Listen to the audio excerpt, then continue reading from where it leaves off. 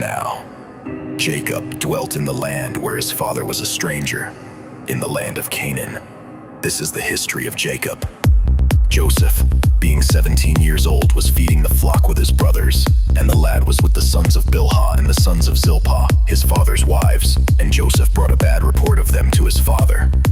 Now Israel loved Joseph more than all his children, because he was the son of his old age. Also he made him a tunic of many colors. But when his brothers saw that their father loved him more than all his brothers, they hated him, and could not speak peaceably to him.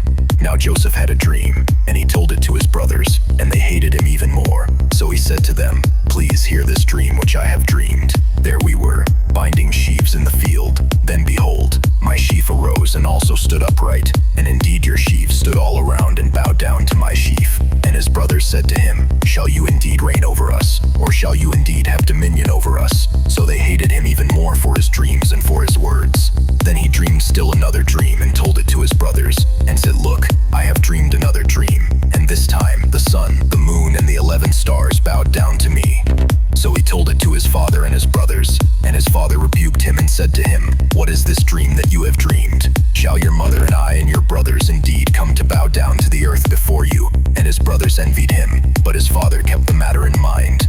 Then his brothers went to feed their father's flock in Shechem, and Israel said to Joseph, "Are not your brothers feeding the flock in Shechem? Come, I will send you to them." So he said to him, "Here I am." Then he said to him, "Please go and see if it is well with your brothers and well with the flocks, and bring back word to me."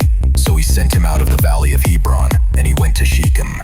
Now a certain man found him, and there he was, wandering in the field. And the man asked him, saying, "What are you seeking?" So he said, "I am seeking my brothers. Please tell me where they are feeding their flocks." And the man said, "They have departed from here, for I heard them say, 'Let us go to Dothan.'" So Joseph went after his brothers and found them in Dothan.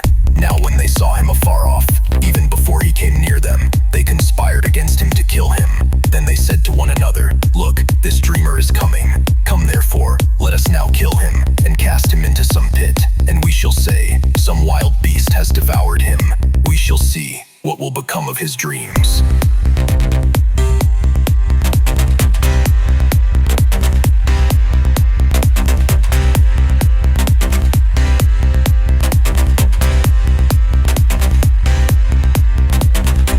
But Reuben heard it, and he delivered him out of their hands and said, "Let us not kill him."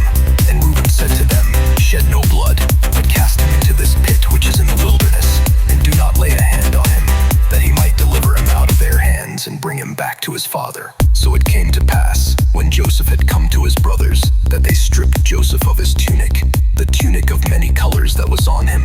Then they took him and cast him into a pit, and the pit was empty. There was no water in it, and they sat down to eat a meal. Then they lifted their eyes and looked, and there was a company of Ishmaelis coming from Gilead with their camels, bearing spices, balm, and myrrh, on their way to carry them down to Egypt. So Judah said to his brothers, "What profit is there if we kill our brother and conceal his blood? Come and let us sell him to the Ishmaelites, and let not our hand be upon him, for he is our brother and our flesh." And his brothers listened.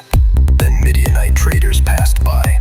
So the brothers pulled Joseph up and lifted him out of the pit, and sold him to the Ishmaelites for 20 shekels of silver. And they took Joseph to Egypt.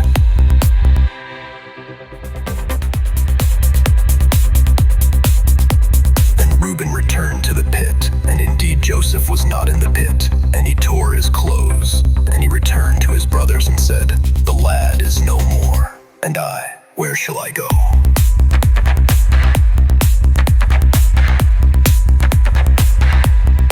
So they took Joseph's tunic, killed a kid of the goats, and dipped the tunic in the blood.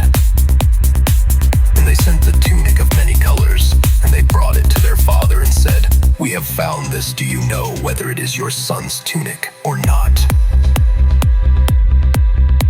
And he recognized it and said, "It is my son's tunic. A wild beast has devoured him. Without doubt Joseph is torn to pieces."